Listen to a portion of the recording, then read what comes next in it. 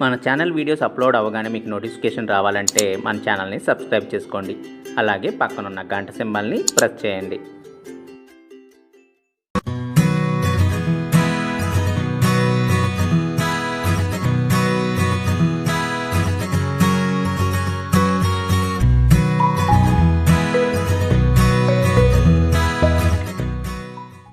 Hi అండి, ఎలా ఉన్నారు? అందరూ బాగున్నారా?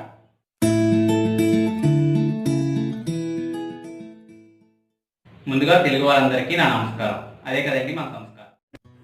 ఇవాళ స్పెషల్ రెసిపీ పల్లీల కారపొడి.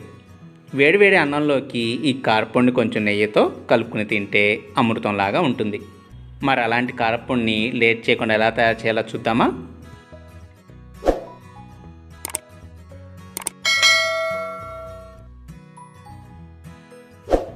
ముందుగా పల్లీల కారపొడిని తయారు చేసుకోవడానికి 1 కప్పు ఎండు కొబ్బరి పొడిని ప్యాన్లోకి వేసుకోవాలి.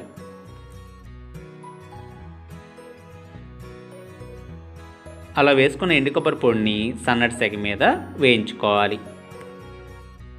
ఈ ఎండు కొబ్బరి పొడిని మాడకుండా జాగ్రత్తగా 2 నిమిషాల పాటు దోరగా వేయించుకోవాలి.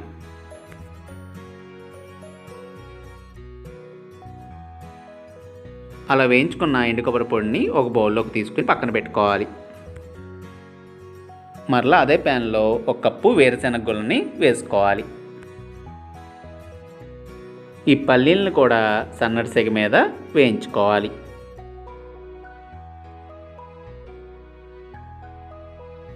పల్లీలను ఇలా దోరగా వేయించుకోవాలి, లేదంటే కారపొడి టేస్టే మారిపోతుంది. కాస్త జాగ్రత్త.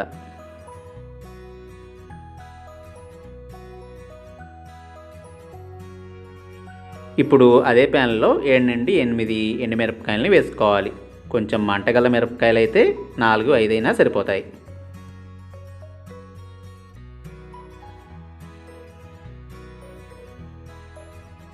ఈ కారపొడిలోకి 1/2 కప్పు కరివేపాకును వేసుకోవాలి. కరివేపాకును వేసుకోవడం వల్ల కారపొడి రుచి అద్భుతంగా ఉంటుంది.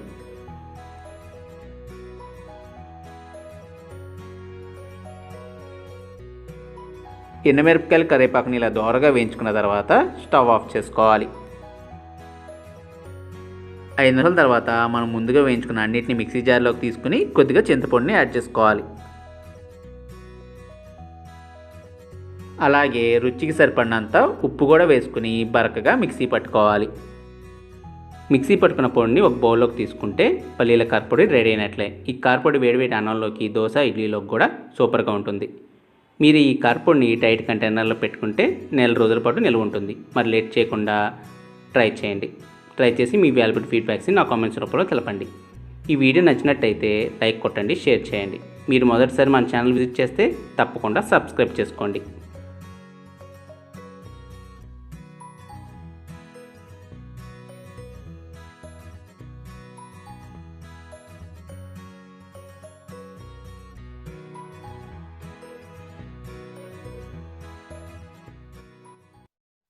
తర్వాత ఎపిసోడ్లో నేను క్యాలీఫ్లవర్ కోడిగుడ్డు ఫ్రైని తయారు చేస్తున్నాను.